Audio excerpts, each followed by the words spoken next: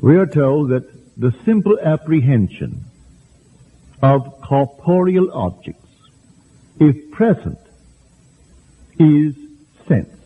That is sense perceived. This is now sense perceived. I can see you, and if you speak and I hear you, that is sense perceived and you are present. Therefore, that is real, they say. If absent, it is imagination. In other words, it isn't real. It isn't sense perceived. Now we'll take one of the senses. We'll take the sense of smell. Since smell is a chemical sense, a contact is necessary for perception. You have to actually have a chemical contact to smell in this world. Now I ask you to join with me. Maybe you do not like flowers as I do. Can you smell a rose? And it's not present. There aren't any roses here or in your presence.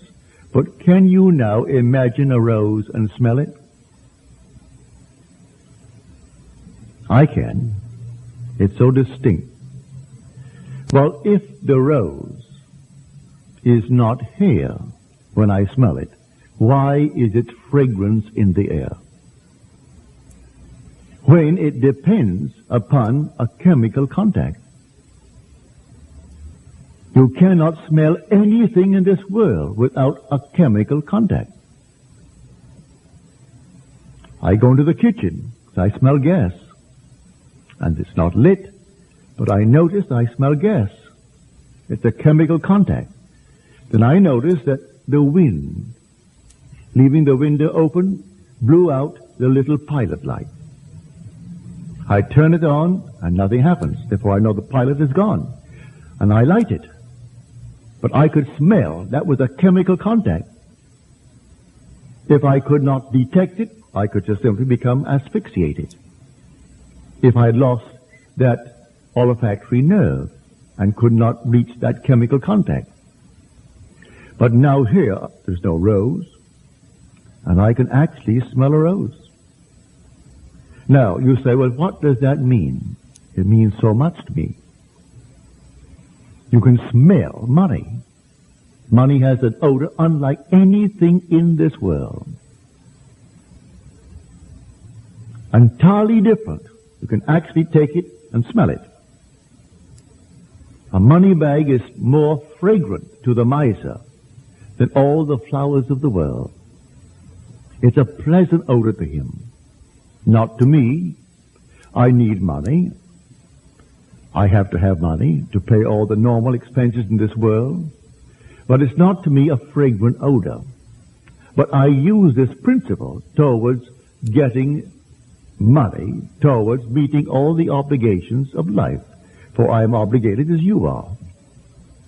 So I go down to the potter's house. Well, I can sit in a chair. I can stand at a bar. I can do it wherever I am right there in the potter's house, for I found the potter. The potter is my imagination.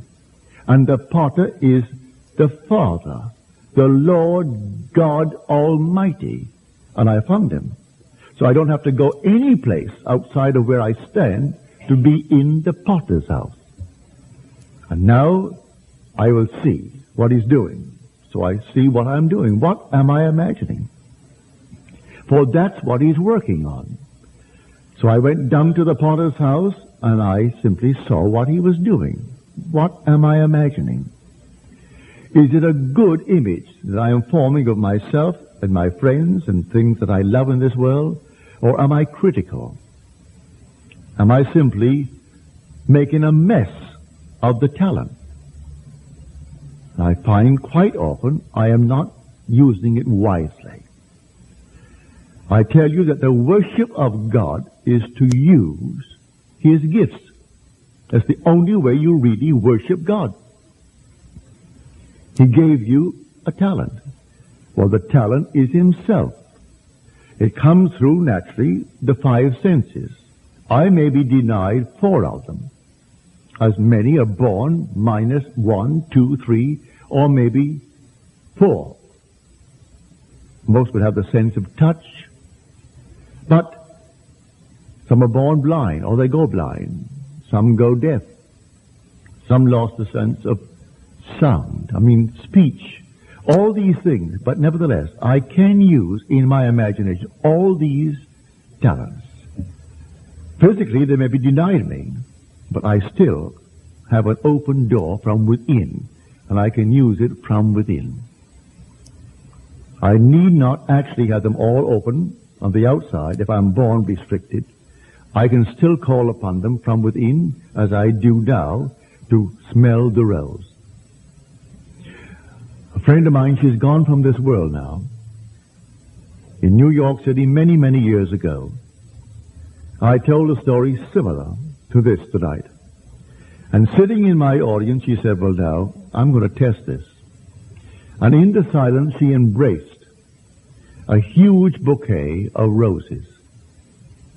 She lived in the towers, the Waldorf Astoria. So when she went home that night, as she went down the hallway towards her room, she detected a strong odor of roses.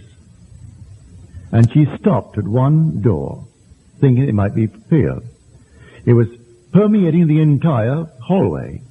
She kept on going, and it got stronger and stronger. And when she opened her door, here were 36 long beauties on her bureau. The window was open just a little bit, and it came bringing the odor through into the hallway. There was no note on it, but here were these lovely roses. The next day, she was informed how it happened.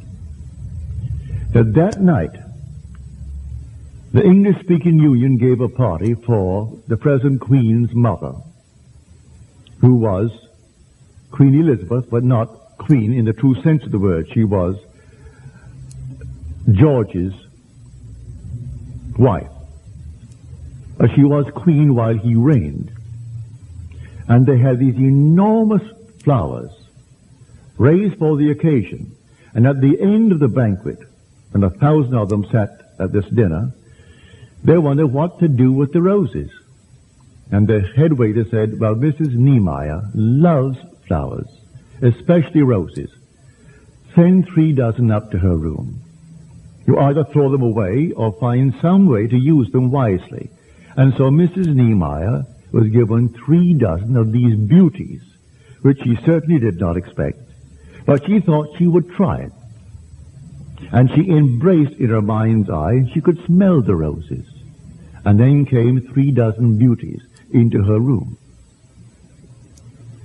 I have known people who will take money in their mind's eye and actually feel it, and it's not present, and smell it and count it off.